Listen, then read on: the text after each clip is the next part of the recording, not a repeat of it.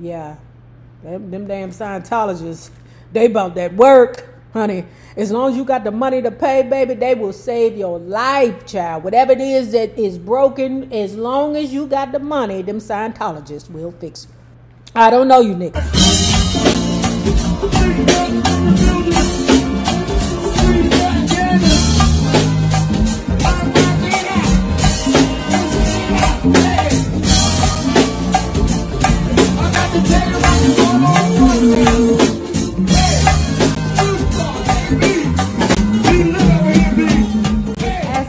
Michael will always say that no one is better, more understanding friend than Elizabeth Taylor. Let me say this. I have a Pisces on my team, and he gets me. And I am a Libra sun and a Pisces moon. And this guy really, really gets me with I love you for all you do. With Germano, I love you for all you do for me. She can deal with any problem. Nothing shocks her, and she is always available with a warm hug and an understanding ear. Because she is also extraordinarily charismatic, it's easy to become swept away by Elizabeth, just as it is easy to be swept away by Michael. The two became so fascinated with one another so quickly that in 1989, Elizabeth toyed with the idea of moving Michael into her home so that they could spend all of their waking hours together. Yep. Sounds about right. At the time, Michael was about to move out of his family's home in Encino and was considering buying Neverland. But why do you need all of that space when you and I can live together in my home? Elizabeth suggested, according to what Michael told me meaning Tarabolele. Imagine the fun we would have. Maybe we'll even get married. She was probably being facetious.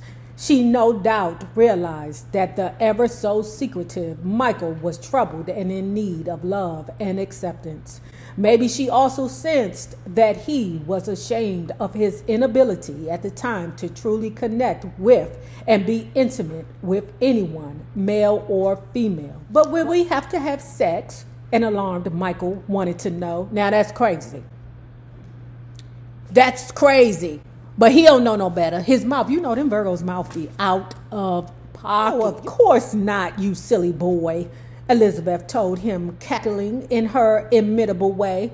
Well, I don't know any married couples that have sex. Michael considered her proposition. In the end, he said, I thought that might be taking things too far. Instead, Michael brought Neverland, but he and Elizabeth remained close friends. In fact, Elizabeth married her seventh husband, Larry Fortinsky, under a gazebo at Neverland in 1991, amidst swans, doves, and at least one giraffe in a $1 million ceremony. I wonder who paid for it. Probably Michael. Probably Michael, because you know he forever giving her gifts. Lavish one. Dealing with the allegations against Michael was hard on Catherine. It affected her blood pressure and the family was worried about her. It was even tougher on her when she realized that she couldn't see him, couldn't comfort him. She and the family members felt isolated in the hotel, wondering when they would ever have a private audience with the King of Pop. Later, Jermaine would complain bitterly about it on the Larry King Show. Michael's handlers don't want us to get to him. I don't know about that. I mean, say what you want to, because, you know, they trying to support him while he's on tour and they at the hotel, right? But I don't know about the handlers part, because I'm like, Michael Jackson don't do nothing he don't want to do. If he want to see you, trust me, he will see you. Jermaine, you is tripping. If Michael Jackson want to see you, he's going to say, I want to see my family. By the fall of 1993, as the legal maneuvering continued, Michael was in worse shape than ever, physically and emotionally. He was devastated by an interview with Evan and Jordy, although neither was identified by name. I imagine Michael Jackson is pretty scared right now, really scared, the kid was quoted as having said, and he should be. Because what he did to me is a really bad thing. Michael hasn't called me or anything. I believe that Jordy's actions are that of a scorned lover. Shut up, Lou. Not a, not that they're actually having sex, but I believe that as a child, he has confused Michael's intent, because I don't know whether something romantic happened between them or not, but it really feels like a scorned lover. Like, I'm saying this because he has not called me. He cut me off. He's my friend, or more in my mind. He's not talking to me. Who the hell does he think he is that he can just be anything to me? That's what I feel Jordy's sentiment is towards Michael. The father, on the other hand, June and David Schwartz decided to align with Evan against Michael. It was said by her friends that June feared reprisals from Evan if she continued to oppose him. She thought it possible that if Michael was found guilty, Evan might then accuse her of neglect. Meanwhile, her lawyer, Michael Freeman, quit saying that he was uncomfortable with her decisions and had a bad feeling about Evan, whom he later described as not a genuine person.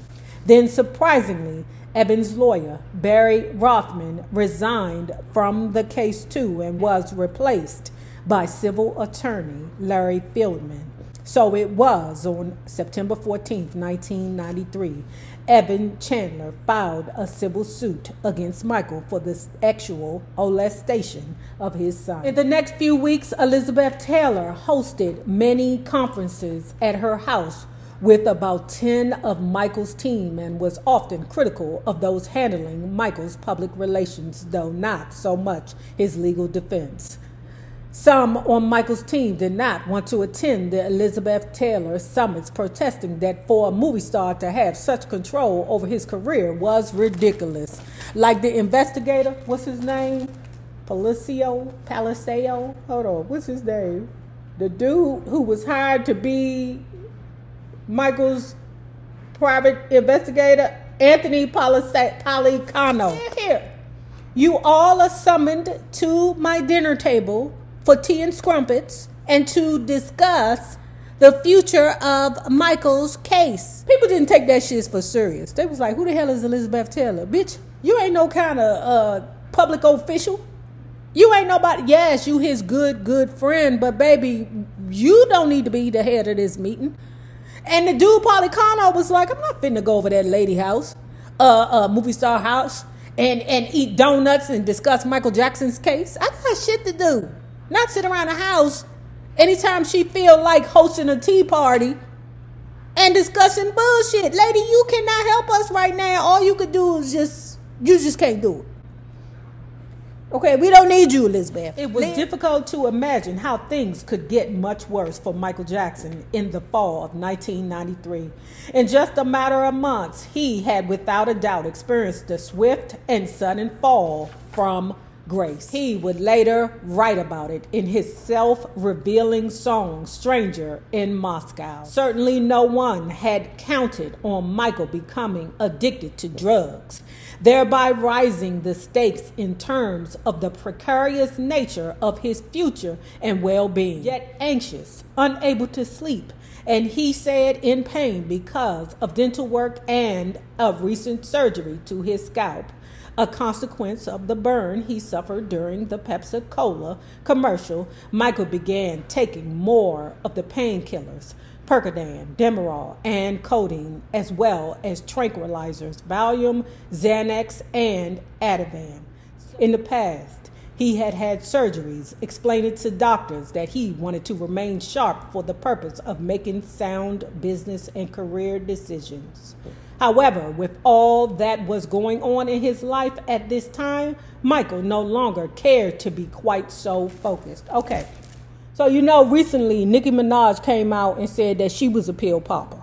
Okay, there was a time that she struggled with pill popping. Atlanta Black Star reports, perks for cramps is news to me. Nicki Minaj claims she didn't know she'd become addicted to Percocet after being prescribed the drug for menstrual cramps. The Anaconda singer said Percocet was prescribed to her while she was briefly living in Atlanta several years ago, but that she was not told it was a narcotic or addictive. Minaj said she began taking the pill even when she didn't have menstrual cramps. No one told me that this was a narcotic and this was addictive, she said. Luckily, I was able to ground myself, but once an addict, always an addict. I feel like if you've ever experienced addiction to anything, which I have, you always have to think twice and 3 times about the choices that you make. Listen, who of us is surprised that she's a pill popper or have been pill popping? Nicki Minaj, I need you to cut the shit. You know damn well that Percocets is the pill popper's drug of choice. Percocet, Molly Percocet, chasing chicks, break their necks. I don't know the name of that song, okay, but I think it's called Mask Off by Future. Nicki Minaj, stop it, girl. We see you. Your slip is showing. We all been knew that you was a pill popper. We can look at you. Only pill poppers can stand in their bullshit the way that Nicki Minaj does. Don't get me wrong. Nicki Minaj, I will say, is the last of the great female rappers. Cardi B is the beginning of the end.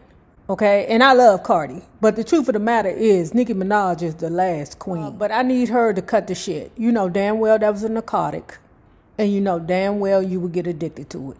Stop it, girl. Now, I don't know why your doctor would give you Percocets for menstrual cramps, but then again, I received Percocets for headaches. And yeah, I think it just depends on the doctor, right? It's so easy to get caught up. Everyone was stunned to learn that Michael had a problem with drugs. Of course, Elizabeth Taylor understood and had empathy for his plight. She'd been there with her own well-publicized battles. I didn't know that. I didn't know that Elizabeth Taylor had issues. Lisa Marie Presley was also sympathetic. She too was a recovering addict. When I was a teenager, I was completely out of control, she told me. I started doing drugs when I was 14. I had been spinning for quite some time, years, when I finally hit bottom. That was when I found myself on a 72-hour bender of cocaine, sedatives, pot, and drinking, all at the same time. I woke up and there were all of these people, friends of mine, passed out on the floor. My coke dealer was in the room trying to sell me more stuff. I just said, that's it. Everybody get the fuck out. I don't know why I got addicted. The same reason why everybody gets addicted, baby. It just triggers something in your brain. It's okay. I don't know why I got addicted. I just know that I was going to die if I didn't get help. Finally, my mother and I decided I would go to the Scientology Center in Hollywood for detoxification. It saved my life. Yeah, them damn Scientologists, they about that work. Honey, as long as you got the money to pay, baby, they will save your life, child. Whatever it is that is broken, as long as you got the money, them Scientologists will fix it. I don't know you niggas. I don't want none of that work. When Michael telephoned Lisa from overseas in September 1993, he was high, incoherent, and delusional. Alarmed, Lisa attempted to convince Michael to do as she had once done, enter a rehabilitation center.